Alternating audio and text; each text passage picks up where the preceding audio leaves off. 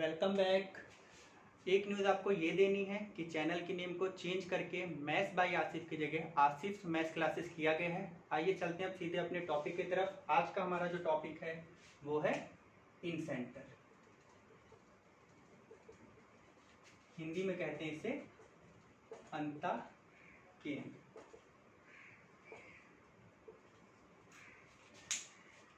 मान लीजिए एक ट्रायंगल है ABC।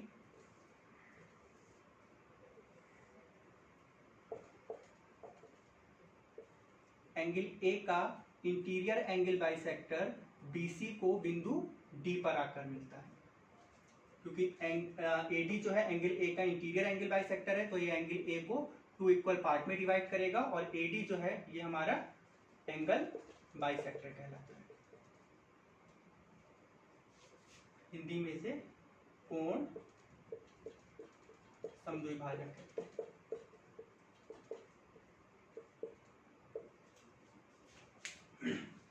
आइए अब आगे चलते हैं।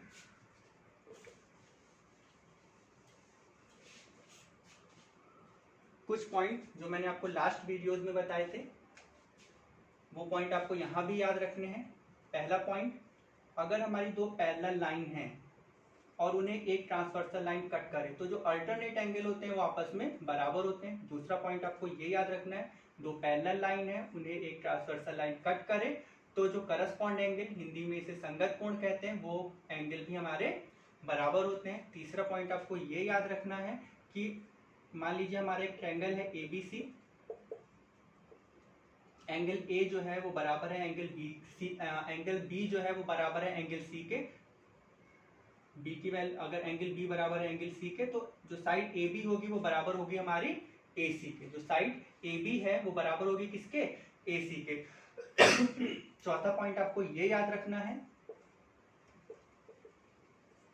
एक लाइन ड्रॉ करी हमने DE जो BC के पैरेलल है, तो याद रखिएगा AD अपॉन DB का रेशियो बराबर होता है AE अपॉन EC के रेशियो के। ये चार पॉइंट आपको याद रखने हैं और ये चीज मैं आपको पहले बता चुका हूं। पहले दो पॉइंट हम लोग डिटेल में पढ़ेंगे जब लाइन एंड एंगल में हमारा टॉपिक होगा, और तीसरा चौथा पॉइंट जब हम लोग कॉन्ग्रुएंसी पढ़ेंगे वहां मैं आपको डिटेल में क्लियर कर दूंगा कि ऐसा होता क्यों है। अब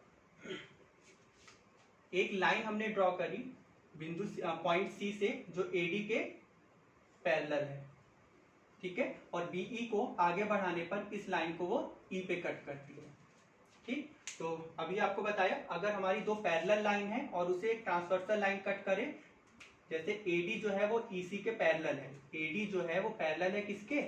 EC के। और इसको अगर मैं थोड़ा सा डॉट डॉट करके आगे आपको समझाने की कोशिश करूं तो आपको दिखाई दे रहा होगा कि ये AC जो है ये ट्रांसवर्सल लाइन का काम कर रही है AD और EC के लिए। तो ये जो अल्टरनेट एंगल है, ये वाला एंगल और ये वाला एंगल, याद रखिए अल्टरनेट एंगल, ये जो Z बन रहा होगा ना, ये वाले ये हमारा अल्टरनेट एंगल होता है ये, ठीक है। तो ये हमारा थीटा है तो ये भी हमारा थीटा होगा, और ये करस्पॉन्ड एंगल ये हमारा थीटा है तो ये भी हमारा थीटा होगा, ठीक है। और क्योंकि दोनों एंगल हमारे बराबर हैं तो दोनों अब साइड भी हमारी बराबर होंगी। ट्रायंगल AEC में देखिए एंगल E जो है वो बराबर है एंगल C के, ठीक है। तो AE जो है वो बराबर होगी किसके? AC के। AE जो है वो बराबर होगी किसके? AC के।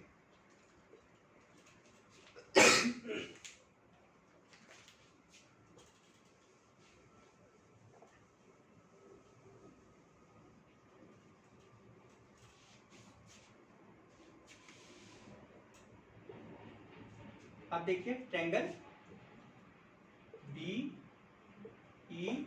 में, ट्रायंगल BEC में ध्यान दीजिएगा आप लोग, ट्रायंगल BEC में क्योंकि AD जो है वो EC के पैरेलल है। और चौथा पॉइंट मैंने आपको ये बताया कि अगर कोई हमारा ट्रायंगल दे रखा है और BC के पैरेलल अगर हम लोग एक लाइन ड्रॉ करें DE तो AD अपॉन DB का रेशियो बराबर होगा AE अपॉन EC के रेशियो के। उसी तरीके से इस ट्रायंगल BEC में ध्यान दीजिए AD जो है वो EC के क्योंकि पैरेलल है तो BA अपॉन AE का रेशियो, BA अपॉन AE का रेशियो बराबर होगा BD अपॉन DC के रेशियो के, ठीक है।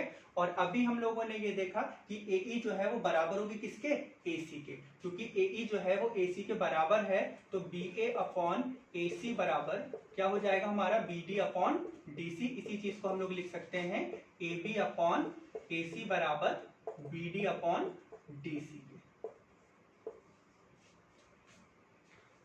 आप लोग को अच्छे से समझ में आ गया होगा। अगर आपको स्क्रीनशॉट लेना है तो स्क्रीनशॉट ले लीजिए, और अगर नोट करना है तो वीडियो को थोड़ी देर के लिए पॉज कीजिए और नोट कीजिए, और फिर आगे वीडियो देखना स्टार्ट कीजिए उसके बाद।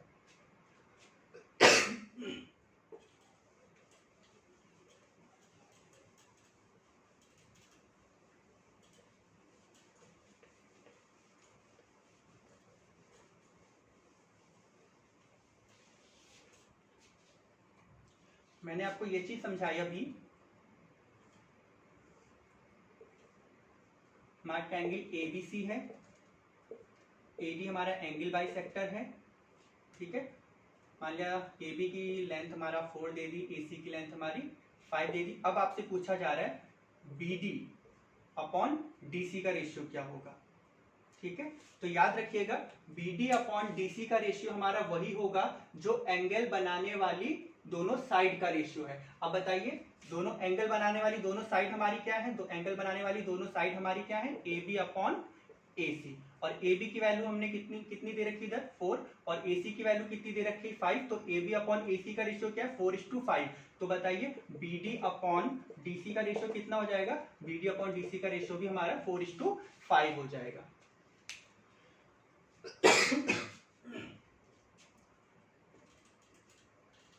अब आगे समझिए,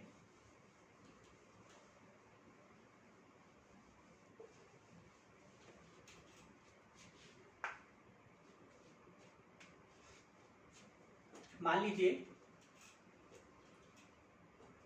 A के सामने वाली साइड को हमने स्मॉल a मान लिया, B के सामने वाली साइड को हमने स्मॉल b माना, और C के सामने वाली साइड को हमने स्मॉल c माना, ठीक है। तो अब अगर आपसे ये पूछा जाए कि BD अपॉन DC का रेशियो क्या होगा, तो अभी मैंने समझाया BD अपॉन DC का रेशियो वही होगा जो AB अपॉन AC का रेशियो होगा। और आपसे पूछा जाए कि इस ट्रायंगल में AB अपॉन AC का रेशियो क्या होगा, तो आप ये कहोगे AB अपॉन AC का रेशियो C/B होगा, ठीक है। तो उसी तरीके से BD अपॉन DC का रेशियो भी क्या हो जाएगा, C अपॉन C/B हो जाएगा, ठीक है। लेकिन अगर यहाँ से BD की वैल्यू की बात की जाए कि BD की वैल्यू यहाँ से निकल के क्या आएगी, तो BD की वैल्यू क्या निकल के आएगी, जिन लोगों ने रेशियो पढ़ा होगा उन्हें ये चीज समझ में आ रही होगी कि C+B, और वैल्यू किसकी निकालनी हमें, BD की, तो ऊपर क्या रखेंगे हम लोग C और इनटू में A। इसी तरीके से यहाँ पे ध्यान दीजिए कि DC की वैल्यू अगर पूछी जाए तो DC की वैल्यू क्या होगी, C+B, और ऊपर क्या रखेंगे, निकालने कौन सी वैल्यू, हमें DC की वैल्यू निकालनी है, तो ऊपर हम लोग B रखेंगे और इनटू में क्या आ जाएगा हमारा A आ जाएगा, ठीक है। अच्छे से आपको समझ में आया होगा ये चीज। आगे चलते हैं।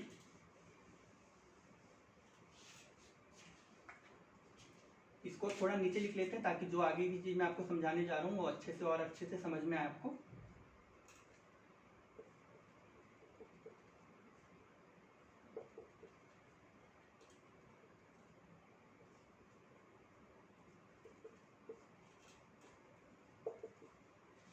ठीक है, अब हमने एंगल बी का इंटीरियर एंगल बाइसेक्टर ड्रॉ किया जो AD को I पर मिलता है, जो AD को कहाँ मिल रहा है, I पर मिल रहा है। हमने B का इंटीरियर एंगल बाइसेक्टर ड्रॉ किया जो AD को कहाँ पे मिल रहा है, I पर मिल रहा है।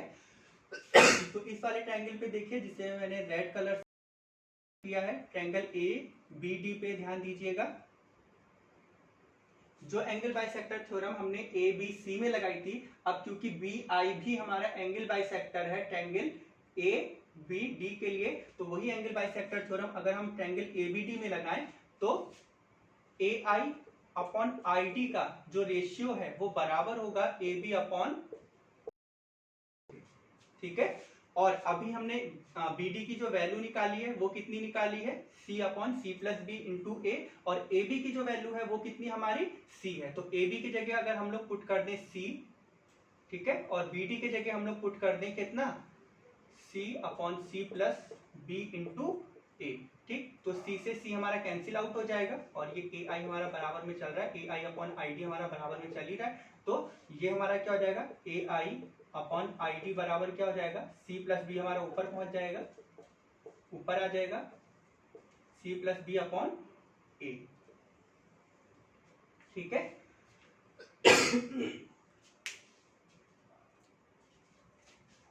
नोट कर लीजिए आप लोग।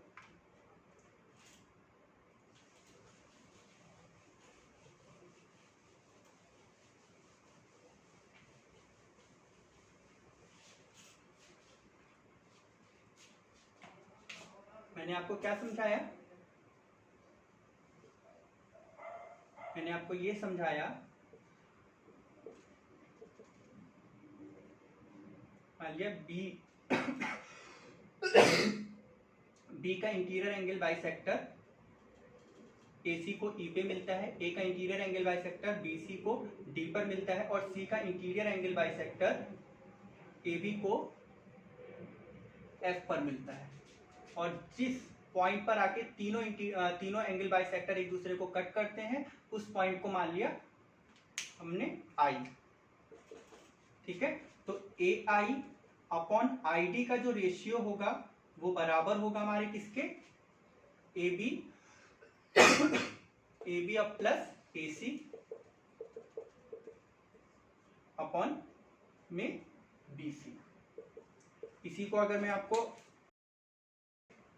इस फॉर्म में लिख के दिखा दूं तो ज्यादा अच्छे से समझ में आएगा। सपोज कीजिए A के सामने वाली साइड हमारी A है,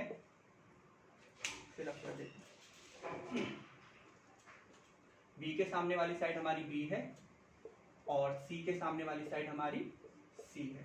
ठीक है, तो AI अपॉन ID का जो रेशियो है वो बराबर होगा किसके, AB प्लस AC। अब AB की वैल्यू कितनी हमारी C और AC की वैल्यू कितनी हमारी B और BC की वैल्यू कितनी हमारी A। इसी तरीके से अगर पूछा जाए आपसे कि BI अपॉन IE का रेशियो क्या होगा, तो BI अपॉन IE का रेशियो क्या होगा, A प्लस C अपॉन में B। इसी तरीके से अगर आपसे पूछा जाए CI अपॉन IF का रेशियो, IE का रेशियो क्या होगा, ये IF कर लीजिए, CI अपॉन IF का रेशियो क्या होगा, तो ये रेशियो हो जाएगा हमारा A प्लस B अपॉन में C। उम्मीद है आपको अच्छे से समझ में आ गया होगा ये चीज। अब एक एग्जांपल ले लेते हैं।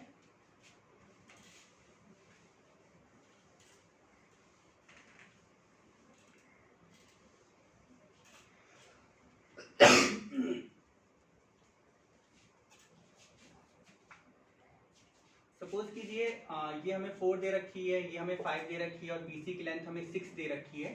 ठीक है, और आपसे पूछा जाए कि AI अपॉन ID का रेशियो क्या होगा। ठीक है, AI अपॉन ID का रेशियो क्या होगा, तो AI अपॉन ID का रेशियो होगा हमारा 4 प्लस 5 अपॉन 6, जो कि 9/6 हो जाएगा। इसे हम लोग क्या लिख सकते हैं, 3:2। ठीक है,